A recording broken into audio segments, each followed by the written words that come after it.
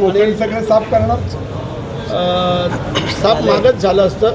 भास्कर जाधव एक फक्त ते उरले, ते पण थोड्या फरकाने आले. जे जेवढे त्वशाने आवेशाने बोलत होते तेवढ्या फरकाने ते काही निवडून नाही आले.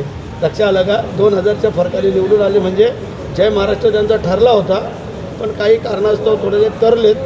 आता ते विचार करत आहेत काय करायचं. कारण सिंधुदुर्ग, रत्नागिरी, रायगड, ठाणे आणि पालघर ह्याच्यामध्ये त्यांचं हायकोर्ट एक वेळेला जो त्यांचा बालेकिल्ला होता तो आता एकनाथ शिंदे साहेबांचा आम्ही बालेकिल्ला करून दिलेला आहे. त्याच्यामुळे आता आम्हाला वाटतं आहे ते पण कदाचित येण्याचा विचार करतील. जय हिंद, जय महाराष्ट्र.